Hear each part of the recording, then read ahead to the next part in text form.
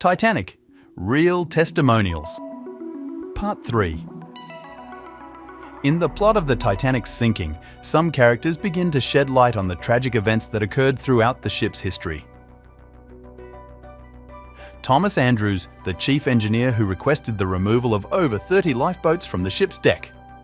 The obscure allegations of negligence made by engineer Alexander Carlisle and a captain who, consumed by guilt, decided to go down with the ship.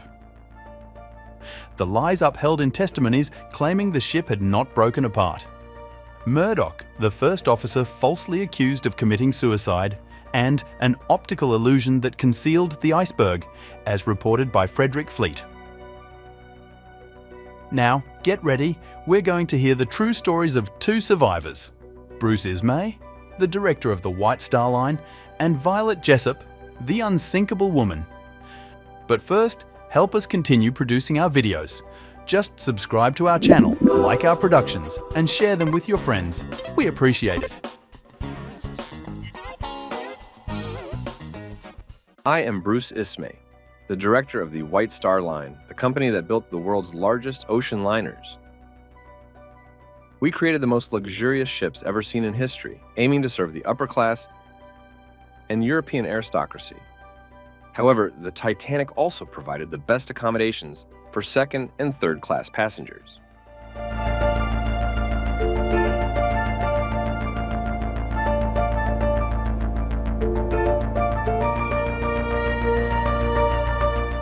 I was not the villain in the story of the Titanic's sinking. The controversy regarding the reduction of lifeboats on the Titanic stemmed from compliance with the Board of Trade regulations, which required up to 16 lifeboats for ships of the Titanic's size. However, we maintained 20 lifeboats, 4 more than required by the Board of Trade. As usual, I accompanied the Titanic on its maiden voyage and noted some areas for improvement. Some passengers claimed they saw me pressuring Captain Smith to increase the Titanic's speed to arrive in New York a day earlier, a baseless accusation never proven. I did what many would do in my situation once it was clear the ship would sink before any rescue arrived. I boarded the collapsible lifeboat C, which was launched about 20 minutes before the ship went down. In those final moments, I turned away, unable to watch the failure of such a grand enterprise. Our lifeboat was rescued 4 hours later. Aboard the Carpathia in a state of shock, I was taken to the ship's doctor's cabin. Without eating anything, I was sedated and remained there until we reached New York. The medical report noted, Ismay stared into space, trembling like a leaf. When I spoke to him, he did not respond. I have never seen a man so utterly broken. After the sinking, I was severely criticized by the British and American press, labeled a coward for abandoning the ship with so many people still on board, while Captain Edward Smith, who stayed with the Titanic and perished, was hailed as a hero. What few know is that I strictly followed the maritime principle of women and children first, and helped many of them into lifeboats. Only when there was no one else left to board did I step into a lifeboat. I was beside Mr. William Carter of first class, and we both saw that there were no more women and children around for that specific boat. Engulfed in criticism and depression, I resigned from my position as president of the White Star Line, but not before ensuring all possible compensations for the survivors. I became a solitary man, haunted by the shadow of the Titanic, and there wasn't a single day I didn't think about how I could have prevented the disaster. In December 1936, one of my grandchildren asked if I'd ever been involved in a maritime accident. I replied that I had once been aboard a ship believed to be unsinkable. My health declined significantly in the 1930s due to diabetes. In 1936, the disease led to the amputation of my right leg. On the morning of October 14, 1937, I suffered a stroke that left me unconscious, blind, and mute. I died 3 days later, on October 17, 1937, at the age of 74. Only then could I rest in peace. Bruce Ismay claimed until his last days that the Titanic had not broken apart. For many, this insistence was a way to maintain the grand image of the quality of the vessels built by the White Star Line. The truth is that recent tests confirmed the Titanic had no structural flaws.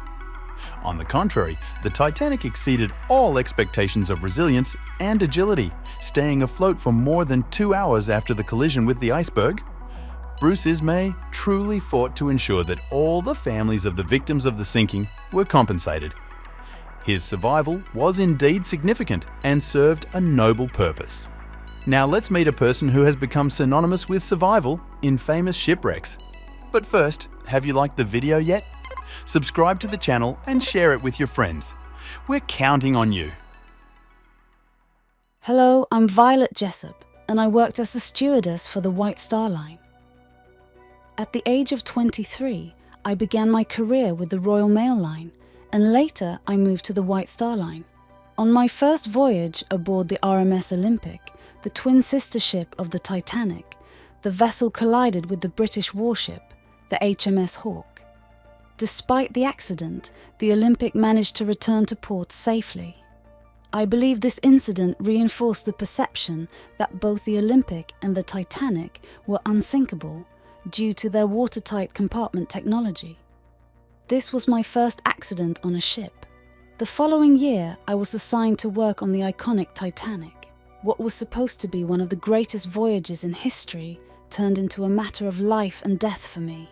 I remember often encountering our esteemed architect Thomas Andrews, walking around the ship during my rounds. With a tired but satisfied expression, he always greeted us and spoke about missing his family and his love for his home in Ireland. During the voyage, I met the Scottish violinist Jock Hume, with whom I formed a strong friendship.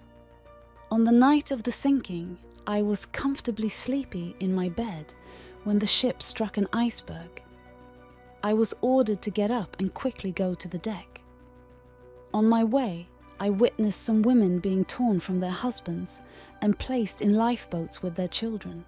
During the evacuation, I encountered Mr. Thomas Andrews, who asked me to help passengers with their life jackets. Before the Titanic was completely swallowed by the ocean, I was placed in one of the lifeboats, and an unknown baby was handed to me. We drifted through the night until the next morning, when the Carpathia rescued us. Once aboard the Carpathia, a woman who claimed to be the child's mother took the baby away without saying anything. The trauma of being on the Titanic stayed with me for the rest of my life, marking the second maritime disaster of my career. When World War I began, I was called upon by the British Red Cross to serve as a nurse, working aboard the Britannic, which had been converted into a hospital ship. In 1916, I was on board the Britannic when it hit a mine. To save myself, I had to jump into a lifeboat, and during the leap, I suffered a severe head injury, a traumatic experience that caused me pain for the rest of my life. I survived my third maritime accident and became known as the unsinkable lady. For many years, I was repeatedly called to testify about what happened on the night of the Titanic sinking. There was immense pressure to state that the ship had not broken apart. I remember responding on some occasions that I did not recall. At the age of 60, I finally retired and lived comfortably in my home until I was 84 years old. Violet is truly a woman of courage. Surviving 3 shipwrecks and a head injury is no small feat. And what about you? Would you have the courage to board another ship if you had survived the sinking of the Titanic? Let us know. We want to hear from you. Well, my friends, once again, thank you very much for following Brugger Films. A well-deserved like makes all the difference, and we count on your help to share our videos with your friends. Comment below on which topics you're curious to see on the channel. We are always striving to improve the quality of the videos in English for you. A big hug, and we'll see you in the next productions. See you soon.